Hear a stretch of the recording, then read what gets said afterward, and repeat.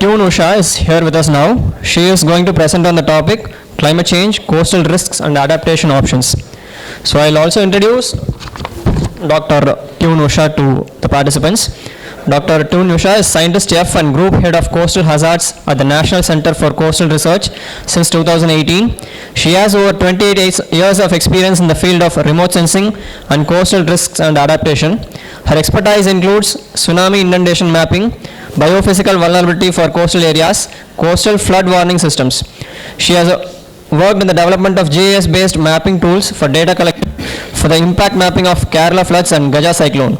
She has developed a risk assessment methodology for climate change impact assessment in coastal areas and is also associated with the Department of Fisheries, Government of Tamil Nadu. We welcome you, ma'am. Please. Okay, so basically this session will be, I'll just share with you the kind of data sets that are available that you can use in your climate change development plan. Last week I was in Mumbai and I think Terry Ortiz, I'm not sure, they are also involved in development of this climate change mitigation plan for Maharashtra. So basically I will tell you what are all the kinds of data sets that available with us and how it can be used in the climate change plan that you are developing. So the outline of the presentation would be basically to see the impact of climate change on the coast, which would be with respect to coastal inundation and what are the kinds of tools that we have, and coastal erosion and things like that. So I represent the National Center for Coastal Research. We are based out of Chennai and we come under the Ministry of Earth Sciences.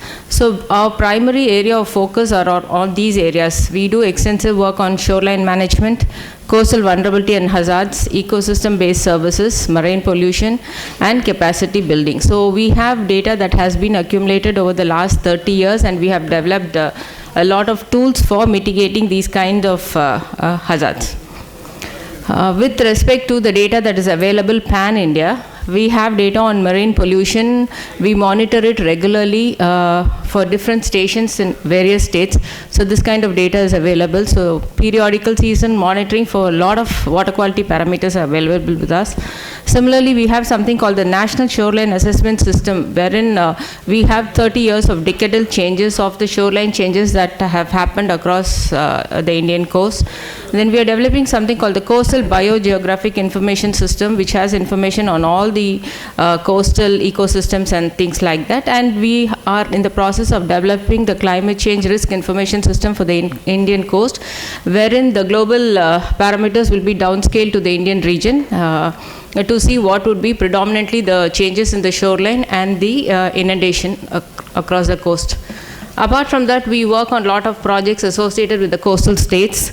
With respect to Puducherry, we are involved in the development of the Marine Spatial Plan, which would be the first of its kind in the country. We are doing it for two places, Puducherry and Lakshadweep. Apart from that, we work with the Tamil Nadu government and the government of Gujarat. So with respect to this specific needs for each state, we develop our products or applications for them. Now coming to the topic that was given to me. So it is well known that the natural disasters are increasing across the globe, and if you can see, there'll be one disaster which is on the rise, which is floods. I come from Chennai, so 2015 Chennai brought Chennai to a standstill. So in the place where I come from, that is Ashok Nagar, we had about 8 or 9 feet of water. The entire ground floor was submerged. So those kind of events are now increasing. And this is a report that has been published by the Ministry of Earth Sciences Center called as CCCR, Center for Climate Change Research, wherein they have tried to tabulate all the impacts of climate change on the Indian coast. That is what would be the rise in air temperature that is expected, the droughts that will increase and things like that. So a report has already been published by the Ministry of Earth Sciences on the projected changes due to climate change. Now, what we are at NCCR, we are trying to actually address is, we all know hazards are increasing, so the vulnerability society is there, and because of our population, the risk involved is going to be more. So as due to climate change, due to increasing risk, increase in coastal population, the risk that has to be addressed is also more. And internationally, now the trend is from what the weather will do to what the weather will be to what the weather will do. It is called as impact-based forecasting. So that that is the trend globally. So we are trying to address all this at NCCR. So I'll just show you 2 or 3 tools that we have developed to address the needs of this climate change mitigation. For those who are new, I'm sure all of you all know, just in keeping in times with the COVID at times, I just thought I'll just put a slide to explain what we are actually addressing. Hazard, we all know, is a potential damaging physical event. We call COVID, it's an pandemic because it can affect anybody across the globe. Exposure is all the objects, persons, animals or activities that are exposed to the hazard, and vulnerability represents the proneness of a society to the hazard. So we try to collect data on all this, so how to calculate the risk and then the mitigation option. So this we apply to the climate change impacts. So we collect data on the hazards and the exposure elements, vulnerability, risk, and see how we can mitigate it using some tools or things like that that will be useful to the government. So now the 2 main hazards, though we work on a number of hazards such as oil spills and pollution and things like that, I will address only 2 main hazards here, coastal erosion and floods. My colleague Dr. Panda will address the other components that we address under the topic that is given to him under blue economy. So basically I will just touch upon these 2 aspects of hazards, which is coastal flooding and erosion, and the kind of tools that we have for that. This you all know, shoreline changes could be both due to natural and man-made reasons, and how we will address both is also what I will be touching on. So we need, first and foremost, to address a problem, we need data. So in our center we collect lot of data for the shoreline across the entire Indian shoreline. We have about 30 years of data which is collected from the field, from satellite data and things like that. So a lot of information is available on the shoreline. Similarly, the second important component that we need to address is coastal inundation. Inundation could be due to a rare event like the tsunami or the urban floods, storm surge and sea level. For all this, the primary source of data would be the elevation. So unless you have good elevation data, you will not be able to calculate the inundation across the coast. So we have about every 5 meters there's a point that kind of information is available for the coast. So we try to run our numerical models to see what would be the extent of inundation due to a possible sea level rise or storm surge or flooding and things like that. So for these 2 we will try to, I'll just try to tell you what we have. Now the major problem, like all of you know, is that extreme events. Like in a short span of time we have a huge amount of rainfall. That is why the city is struggling. If the same rainfall is to be distributed across through the 24 hours, nothing will happen. For us, because on the short duration you have a lot of rainfall, so the city struggles. So this is the major problem. So to address those kind of problems, we have an operational system called as integrated flood warning system, developed for 2 major cities like Chennai and Mumbai, and the third one is in progress. So it is called as iFlows. So it takes all the aspects of flooding into consideration.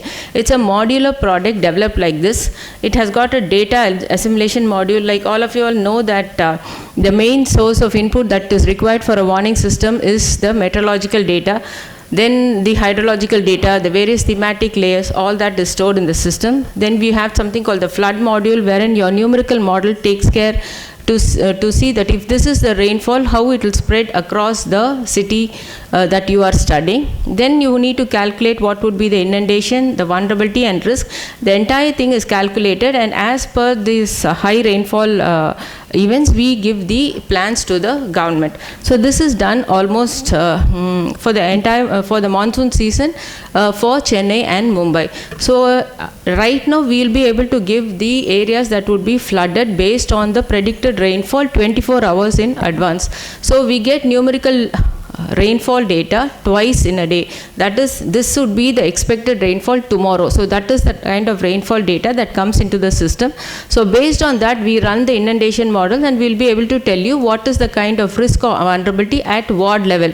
What is the kind of wards that are likely to be affected if this is the rainfall.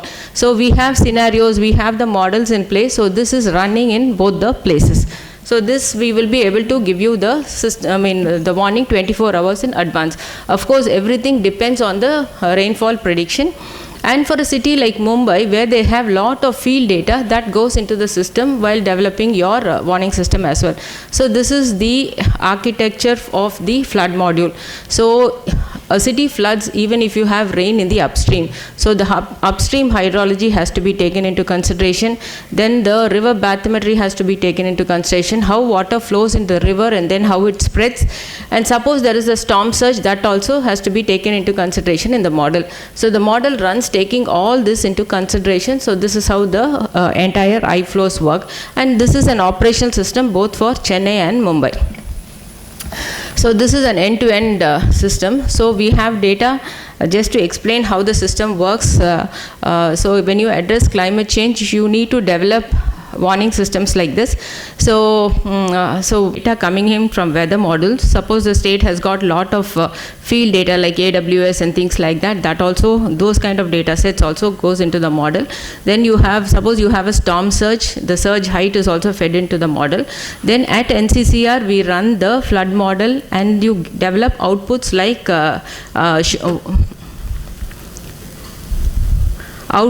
how it is shown, like in terms of ward level, what would be the inundation and what are the infrastructure at risk and kind of thing. So lot of data is available, so this kind of outputs can be generated. Suppose that you have a heavy rainfall event, then we feed that into the model, then we see how the water spreads across the, from the river, how it spreads across the floodplain. So the areas that would be inundated from these kind of flooding, we'll be able to calculate and tell you how many schools are at risk, how many the infrastructure at risk and things like that. So these kind of models are run twice every day, and at every monsoon we can give this to IMD and the local government for their mitigation actions.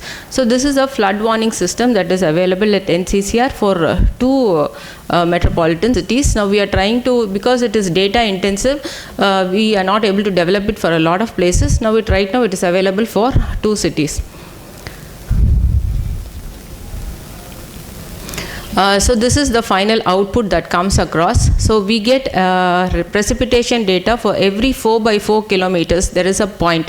So taking that into account, you run your models and your output is given in terms of tables and the infrastructure that are at risk. So this kind of detailed information system is available and can be developed for any place if, so that kind of expertise is now available in the country. So the whole warning system can be developed like this.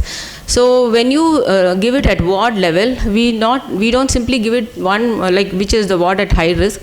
We also take the population of the ward and say that this is the first ward that has to be sent, remedial action should be sent to this ward, kind of those kind of details. So this was developed in association with the Tamil Nadu government. So based on all their requirements only this has been done. So this is the kind of output. So we will be able to tell you which are all the wards that will be affected and how much water level will be there, and then you can also validate it based on the actual data that comes from the field. So a lot of information is available. So as part of impact based forecasting, this is actually one of the detailed reports that can be produced from this information system. So you can tell the wards that are affected, the number of infrastructure in that area that would be affected, and the mitigation or the actions that you have to take. So this is called as impact-based forecasting, and it is part of the SOP of the IMD. Only 2 such systems are there. So this is available for Chennai and Mumbai. So both are in place. Both are being used by the local corporations. I will not tell that it is a system is in place, but it all depends on the prediction. So there are scope for improvement, but this is one very good system that is in place. So the flood warning module's resilience. So what the model can do is that it can address the extreme rainfall. Suppose there is a breach in the bank, how the water will flood, that also can be addressed. Then there's a storm surge. Suppose there is now when we are trying to develop the same thing for Mumbai comes to a standstill even when you have 6 inches of water in the roads. So for them, they wanted the obstruction of flow in the roads and rails should also be taken into consideration, but that requires that kind of elevation data. So MCGM gave us that data, so we are trying to work on that. Similarly, the impact of tides on the rivers and adjacent areas. So all this the module, the flood warning module will be able to address. So it is very useful for the river training, and you can use this outputs to decide what are all the mitigation options that you need to take to reduce flooding in the local areas, improvement of storm drainage system, and a lot of other things. So this is being used for that. Okay, so this will be very useful when you also decide on the elevation of the low-lying areas, whether you will need to use this for investments and things like that. So not only have are you doing it real time, we have generated about 700 scenarios. So if this is the rainfall, which are all the wards that will be affected. So we have a huge library which tells you that these wards will always be flooded, whether there is a small amount of rainfall or a large rainfall. So that kind of library case is also available for you to decide on what kind of mitigation actions that need to be taken. Similarly, the second hazard is that we work extensively is coastal erosion and flooding. So this is what I was telling you. So we have hotspots mapped across the Indian coast on what is the kind of erosion, what is the kind of accretion that is bound to happen. And so this kind of data is also available for the entire coast, including Puducherry. So for Puducherry, what all we have is that we have data on the shoreline changes, we have data on pollution. We are also, Dr. Panda is going to install a water quality buoy just off Puducherry coast, which will give you the water quality every 15 minutes. Then we are trying to develop MSP for Puducherry. So these are all extensive data sets that are available for Puducherry. Just as I told you, coastal erosion can be natural and man-made. So both these will be addressed in our project. So what are the changes that are happening now? What are the projected changes, and what are the changes due to climate change? So all that. Now, suppose you have a sea level rise of a few meters in future. How the shoreline will change? So all this we are trying to address. So right now we have a complete shoreline change map atlas at 1:25,000 scale for map till 2018. Now 2020-22 is also in progress. This is supplemented by extensive field data, which so you have all the infrastructure along the coast. All that is also part of this database, along with the sediment transport along the coast. So that kind of information is available for the entire Indian coast, including Puducherry. So these are all the erosion hotspots that have been mapped.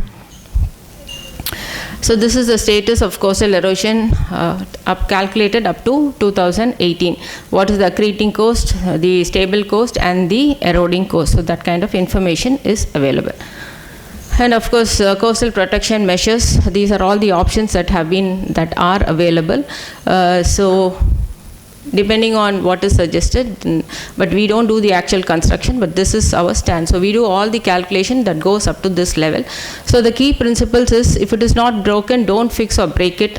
So comparison of a stable or an eroding beach. So I'll give you an example.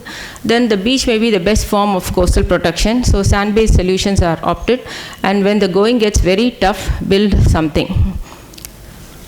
So this is a nature-based solution that we adopted in Ramyapatnam, Orissa, wherein the erosion was stopped by just cutting open the spit.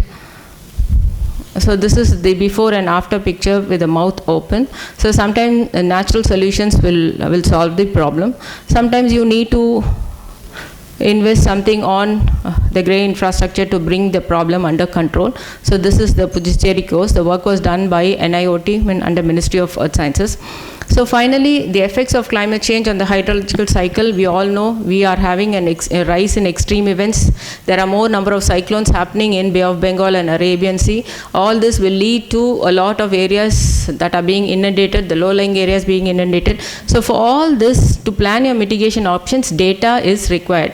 Now India is a signatory to the Sendai framework, wherein the priority 1 talks about disaster risk management. And for that, for disaster risk management, information is the key. So that is what we are trying to do in NCCR. So we have a database which tells you that if there is a sea level rise, which are all the low-lying areas that are likely to be inundated. This is Chennai, and the erosion hotspots and how you can mitigate it. And one important project that we are developing for the Tamil Nadu government is the Tamil Nadu has got extensive drone data collected across the Tamil Nadu coast. So we are trying to develop a climate change coastal hazard risk information system which will calculate the risk of the coastal infrastructure across the Tamil Nadu coast. So we calculate that various types of hazards, the exposure, the vulnerability and the risk, and finally these kind of extensive very available. So this is the drone data that was provided by the Tamil Nadu government. So we'll be able to tell you what are the infrastructure at risk due to various scenarios and things like that. So this data was provided by TNSDMA and we are working on that right now. So that's it. Thank you. Thank you, ma'am. Participants, if you have any questions to make, doubts, Mike. I am Dr. Bhupesh Gupta, founder of Universal Foundation.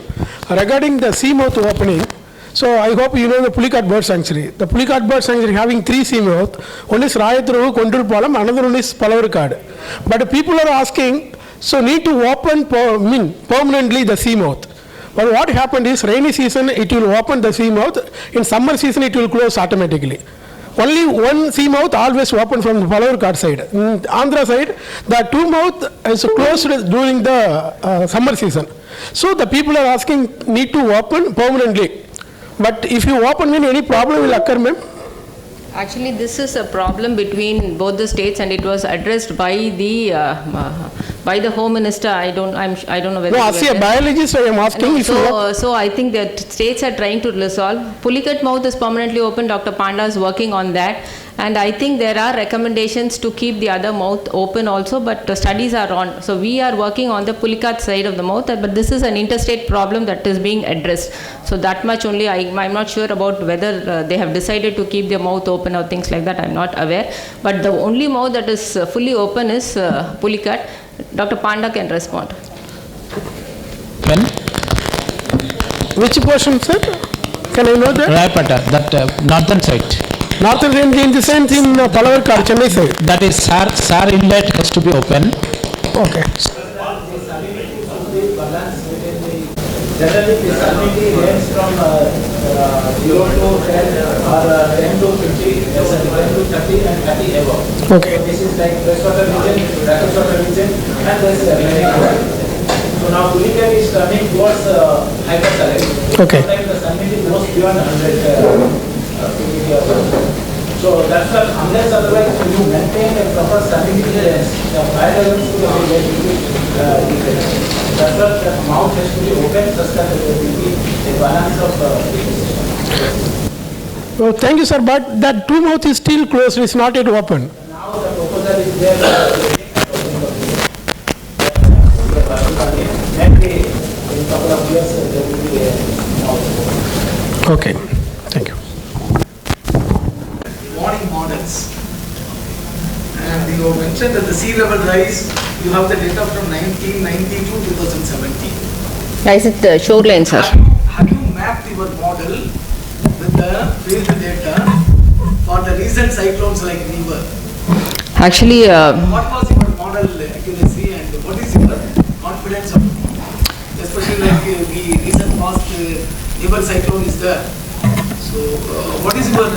Actually, I've not only Niver, we did it for the Tauktae cyclone also, and for every monsoon we do it. You know that, like this is for Chennai. So Chennai has got very limited field data for validating your model. So whatever data comes from the weather models, we will take and run the model. So the model works, but it all depends upon the accuracy of the prediction. So what Mumbai wanted is that they have about 85 rain gauge stations. So apart from the models, they also take the actual field data and feed it into the models, which tell you that this is the kind of inundation that. So I would say 100% that the model is working fine. But then when you have the local, like this model doesn't take care of the local drainage system, is not accounted for till date because that data is not provided to us. So right now, depending only on the elevation data, which is about every 1 meter, they have given us that kind of elevation data. The system will be able to tell you that these are all the places where you would have chances for flooding.